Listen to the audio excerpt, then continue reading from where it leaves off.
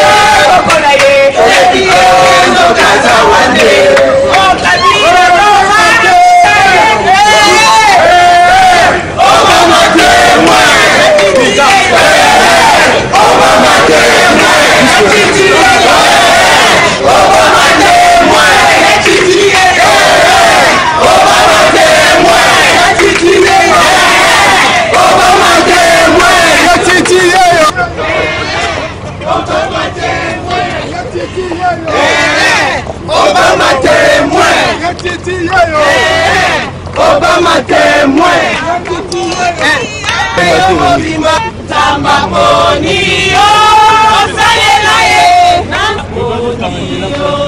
Mais moi, attends-moi, papa, papa, Jimmy.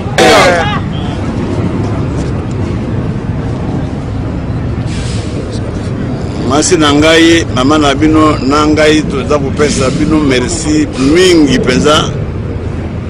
Pona butu boye, botiki bisara, bote makambo zaki nango po ya biso wana na report ya Washington.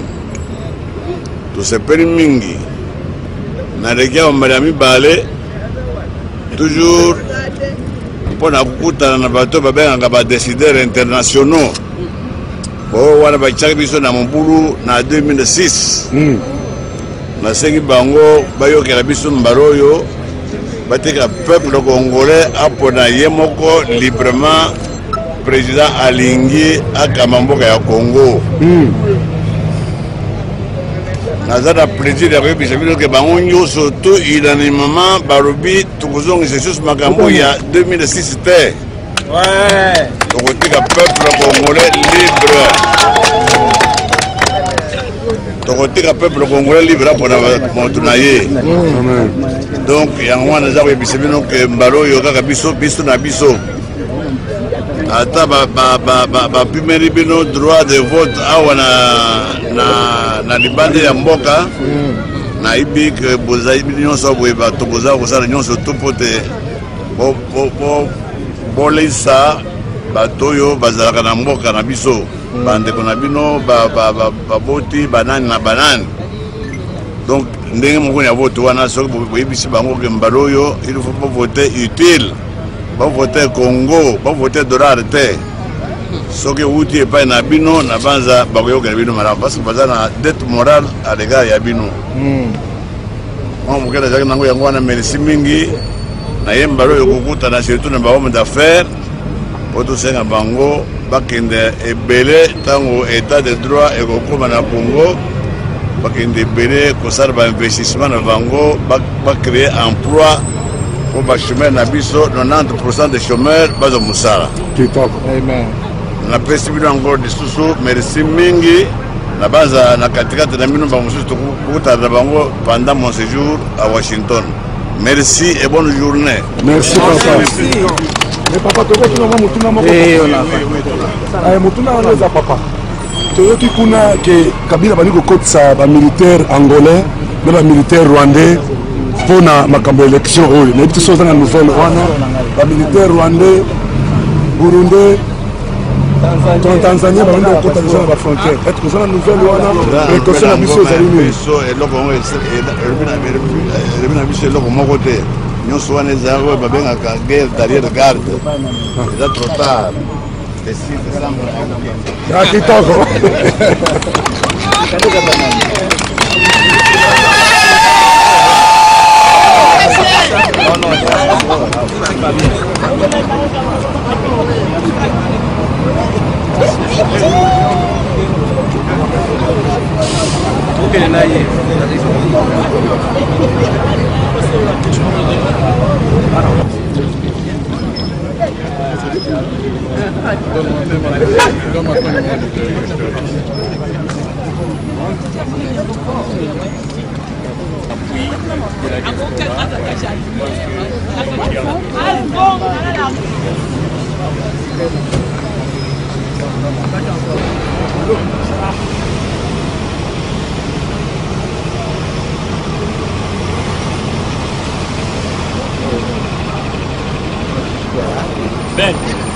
Aujourd'hui, je devais aussi être là parce que je devais poser une question à M. Etienne Tshisekedi parce que j'ai entendu quelqu'un qui était en Europe qui a posé une question pour dire qu'il y avait une rencontre qui s'appelait une rencontre de démons. C'est-à-dire que Kagame et les autres, Kengo Wandondo et Kamere, s'étaient retrouvés en Europe pour le partage du Congo. Alors, je croyais qu'il devait me donner cette opportunité pour qu'il puisse un peu répondre à cette question, comment s'est fait le partage du Congo.